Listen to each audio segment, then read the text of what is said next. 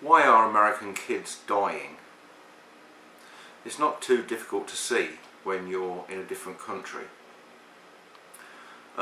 We can peer over the fence into your backyard and see what's wrong, but we're powerless to do anything about it.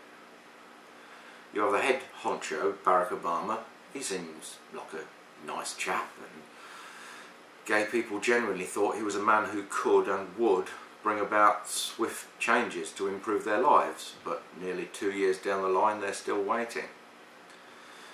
Meanwhile, the American forces still have the ridiculous don't ask, don't tell policy, which basically tells people it's okay to join up and get your head blown off for us, but you must stay in the closet. Any whiff of you being gay and you're sacked, no matter how valuable a person you are to us. You see, you're a little bit different to us and we can't quite work you out, so we'll marginalise you and make you feel like shit. They've spent thousands on sending offensive questionnaires to servicemen asking such disgusting leading questions as, if you had gay people living on the base, would you move out and live off base? They're constantly wringing their hands and have generals talking about gay servicemen being a threat to national security without a shred of evidence to back up such wild claims. To my right, these are the countries that do allow gay military service. Has the sky fallen in? Have all servicemen become gay from hanging around with gay people? Are their armies less efficient than when the gays were serving anyway but just didn't mention it? No, of course not.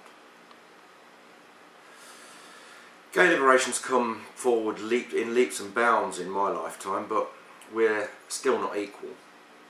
Many gay people fall in love with a significant other and want the same rights and privileges as anyone else, and for that they need to be married.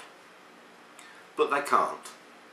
The powers that be could easily say, sure, it makes no difference to us or to anybody else. You're good citizens, and if it will make you happy, off you go and get hitched. No.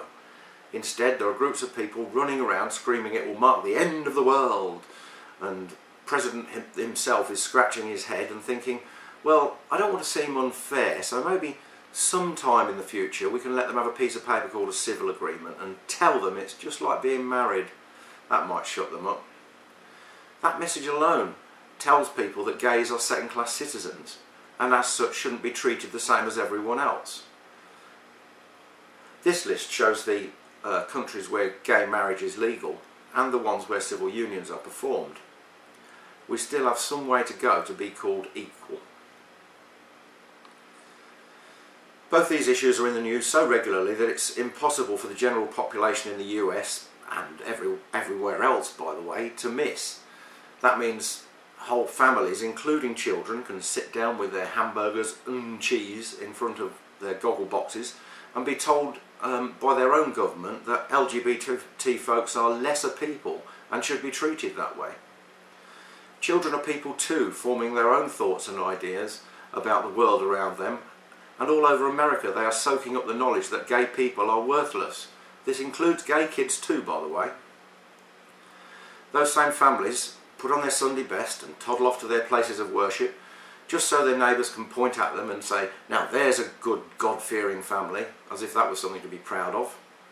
When they get there, their preachers spread their bile through the masses, telling them that unless you're straight and have lots more indoctrinated children to fill our church pews, you are not fit to live. You're touched by demons and will burn in hell. Those kids forced to sit at the side of you and listen to all that crap are having their hatred for gay people reinforced. Many parents get home and tell their kids, don't you ever become a faggot or you're no longer part of this family, as if their kids have some power over their own genetic makeup and can just choose to be straight and think the gay away.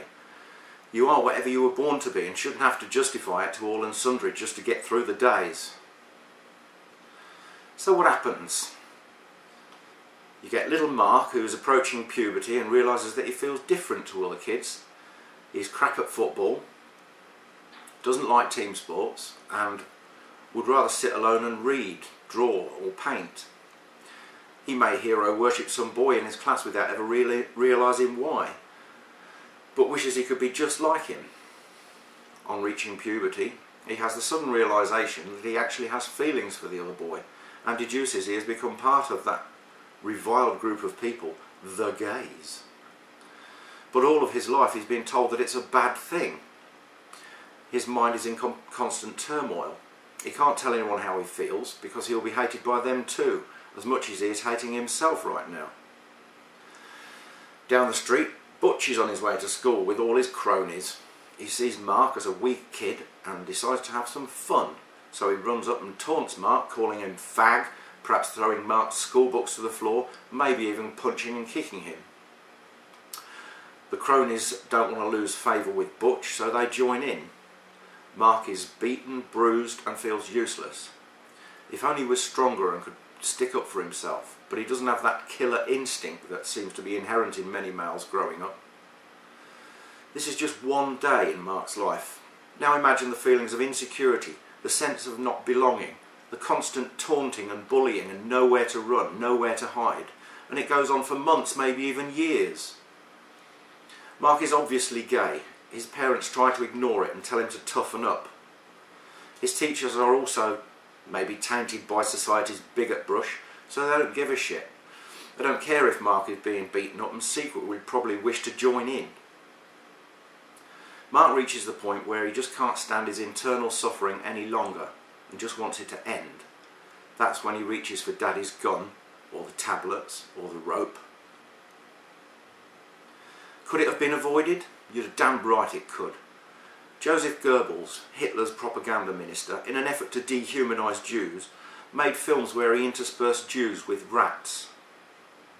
Wherever rats turn up, they carry destruction to the land by destroying mankind's goods and nourishment and spreading diseases and plagues, such as cholera, dysentery, leprosy, and typhoid fever. They are cunning, cowardly, and cruel, and usually appear in massive hordes. They represent the elements of sneakiness and subterranean destruction among animals, just as the Jews do among mankind. He is quoted as saying, "If you tell a lie big enough and keep repeating it, people will eventually come to believe it." When societies are in a recession, they look for someone to blame. Because LGBT people are already being marginalised by the state and church, it's not a huge leap to see how uneducated people find gays an easy target to take out their frustrations on. The bigotry seeps down into their children, who attack and belittle any child they see as being slightly different. The victims don't even have to be gay. If they are perceived as such, that's enough to begin the torment. I applaud people jumping on the bandwagon behind Dan Savage and telling kids it gets better. Many gay people have been through the torment of school bullies, coming out and all the associated problems, and have managed to forge ahead and make a good and happy life for themselves. My main worry is that telling a 12 or 13-year-old that school will soon pass sounds like a pipe dream to them. Do you remember what it's like to be 13? I remember sitting on my dad's motorbike at 13 and wishing like hell I was 16 so I could ride one legally, but 3 years seemed like an eternity to me then. I was speaking to a YouTube friend online about it just yesterday. As we get older, time seems to speed up, and there's two good reasons for it. One is that when you're 10, 1 year is 1/10 of your life, but when you're 60, it's only a 60th of your life. And the other is that as we settle into our routines, life has less memorable moments.